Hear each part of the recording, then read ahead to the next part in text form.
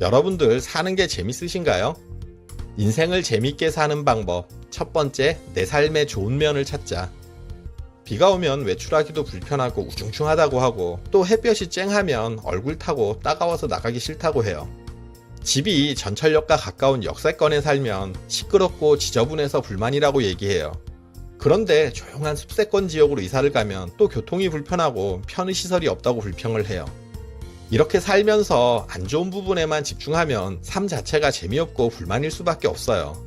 반대로 좋은 면에 집중한다면 삶은 재미있고 행복해질 거예요. 비가 올 때는 차분하게 차 한잔 마시면서 사색에 빠질 수 있어 좋고요. 햇볕이 쨍하면 산책하며 비타민D 합성할 수 있으니 좋잖아요. 역세권에 살면 교통 좋고 편의시설이 많아서 살기 좋고요.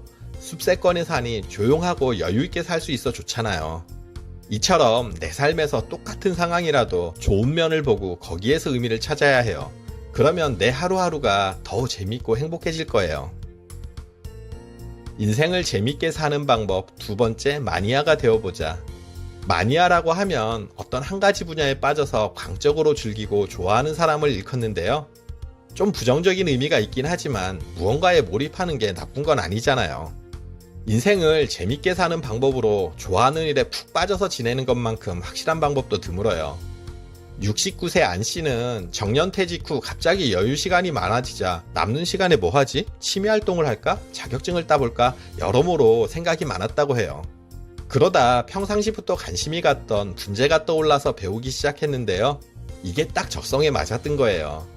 몇 년이 지난 지금은 상당한 수준의 전문가가 됐어요.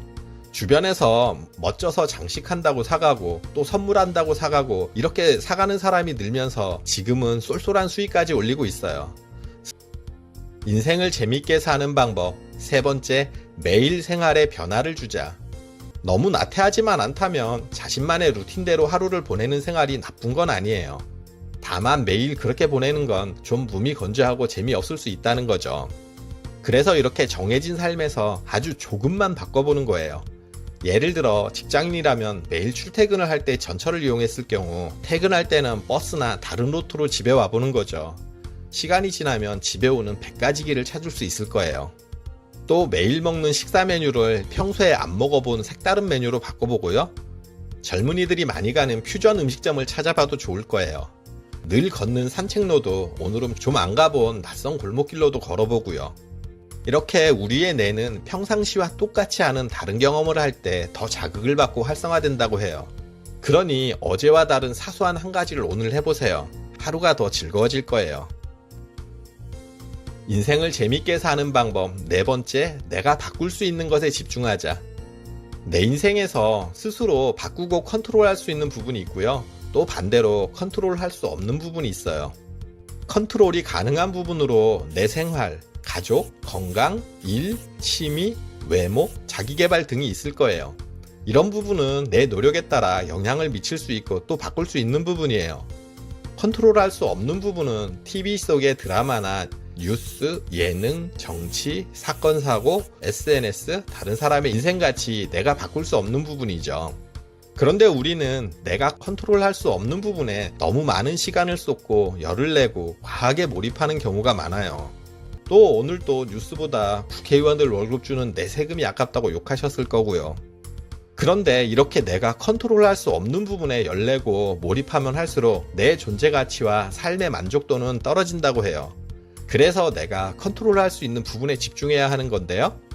내가 컨트롤할 수 있는 부분에 집중할 때 내 존재 가치는 나에서 가정으로 또 가정에서 주변으로 그리고 주변에서 더 넓은 사회로까지 영향력의 범위가 넓어진다는 거죠. 그러니 하루 1시간씩만 내가 컨트롤할 수 없는 부분에 쏟던 시간을 내가 컨트롤할 수 있는 부분으로 옮겨서 써보세요. 하루 1시간만 투자하면 1년이면 365시간으로 직장인들이 회사에서 2달 일하는 시간보다 더 길어요. 엄청나죠? 이 시간을 온전히 나를 위해 쓴다면 삶이 바뀌고 인생이 100배는 더 재밌어질 거예요. 인생을 재밌게 사는 방법. 다섯 번째, 행복한 사람들을 만나자. 하버드 대학에서 오랜 기간 행복에 관한 연구를 했는데요. 연봉이 5천만 원인 사람이 6천만 원으로 연봉이 무려 20%나 올라도 처음에는 기쁘지만 조금 시간이 지나면 무덤덤해져서 행복도는 고작 2% 올라가는 게 다였어요. 그런데 행복도가 높은 사람과 직접적으로 가까이 지낼 경우 행복도는 16%나 올라갔고요. 행복도가 높은 사람과 간접적으로 가까이 지내기만 해도 행복도가 6% 올라갔다고 해요. 행복도가 높은 사람과 같이 하는 것만으로 연봉이 20%씩 3번에서 8번 오르는 것과 같은 크기의 즐거운 일이라는 거예요. 살다 보면 온통 부정적인 말들만 하는 사람들이 있어요. 입만 열었다 하면 불평불만에 남의 뒷담화가 끊이지 않는 사람인데요. 이런 사람과 어울리면 기빨리는 것은 물론 내 행복도 함께 빨려서 사라져요. 주변에 이런 사람이 있다면 멀리하세요. 삶을 재미있고 행복하게 사는 방법은 긍정적이고 행복한 사람들과 같이 지내고 자주 만나는 거예요. 내가 다른 사람에게 이런 사람이 될 수 있다면 더욱 좋겠죠. 지금까지 인생을 재미있게 사는 방법에 관해서 말씀드렸는데요. 내 삶에서 좋은 면을 찾고 한 분야의 마니아가 되어보고 매일 생활에 조금씩 변화를 주며 내가 바꿀 수 있는 것에 집중하고 행복한 사람들을 만나자는 내용이었어요. 찰리 채플린은 성공은 즐거움을 주지만 재미는 삶을 가치 있게 만든다고 했어요.